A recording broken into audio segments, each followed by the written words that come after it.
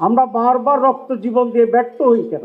কারণ আমাদের দুর্ভাগ্য হচ্ছে আমরা অসৎ এবং কম যোগ্য নেতৃত্ব দ্বারা বারবার প্রতারিত হয়েছে এবং পরিচালিত হয়েছে।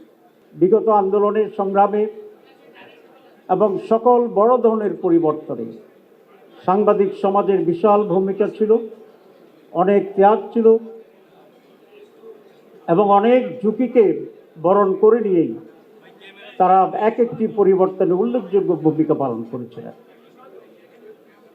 5ই আগস্টে সেরকম একটি উল্লেখযোগ্য পরিবর্তন হয়েছিল। প্লিজ একটু বসেন, আপনি একটু বসেন। কিন্তু আমাদের দুর্ভাগ্য হচ্ছে এই,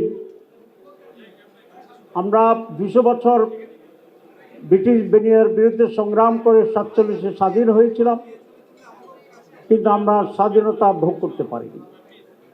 আমরা 71 সালে হাজার লক্ষ মানুষের আত্মত্যাগ এবং সাগর সাগরে রক্তের বিনিময়ে আর একটি ভূখণ্ড পতাকা দেশ পেয়েছিলাম, স্বাধীনতা অর্জন করেছিলাম, কিন্তু স্বাধীন হই।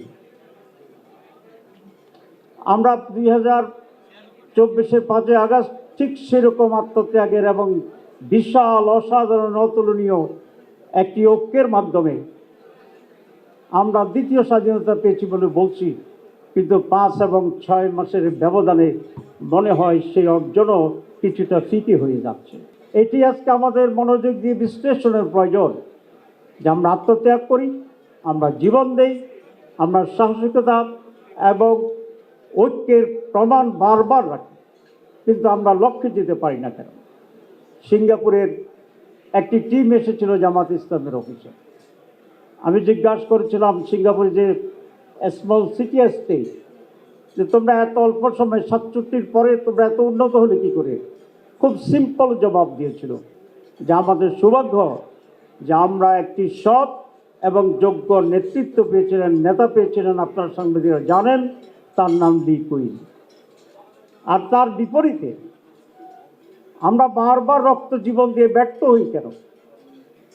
কারণ আমাদের দুর্ভাগ্য হচ্ছে আমরা অসৎ এবং কম যোগ্য নেতৃত্ব দ্বারা বারবার প্রতারিত হয়েছে এবং পরিচালিত হয়েছে।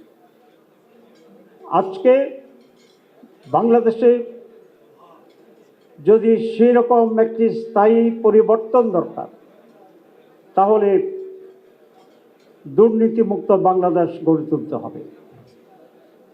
সেই জন্য বাংলাদেশের স্বাধীনতার সার্বভৌমত্বের ব্যাপারে আপসীন ঐক্য থাকতে হবে। একটি সাস্টেইনেবল কন্টিনিউয়াস ডেমোক্রেসি এবং ডেমোক্রেটিক এনভায়রনমেন্টকে আমাদের নিশ্চিত করতে হবে এবং বাংলাদেশে একটি অবাধ সুষ্ঠু নির্বাচনকে নিশ্চিত করেই আগামী দিন আমাদের অগ্রসর হতে হবে। এই 4টি পয়েন্ট আজকে জাতীয় ঐক্য অত্যন্ত জরুরি। কে বলবেন যে আমরা দুর্নীতিমুক্ত হতে চাই না? কে বলবেন আমি ডেমোক্রেসি চাই? আমরা সকলেই বলছি। সুতরাং এই 4টি মৌলিক বিষয়, বাংলাদেশের স্বাধীনতার সার্বভৌমত্ব, সাস্টেনেবল ডেমোক্রেসি, ট্রান্সপারেন্ট এবং অবাধ ইলেকশন, করাপশন ফ্রি বাংলাদেশ, একটি এনলাইটেন এডুকেশন বেসড আলোকিত মোরাল বাউন্ড একটি সোসাইটি, এটা যদি আমরা অর্জন করতে পারি, আমরা যে বারবার ব্যর্থ হচ্ছি সেখানে আমাদের সফলতা।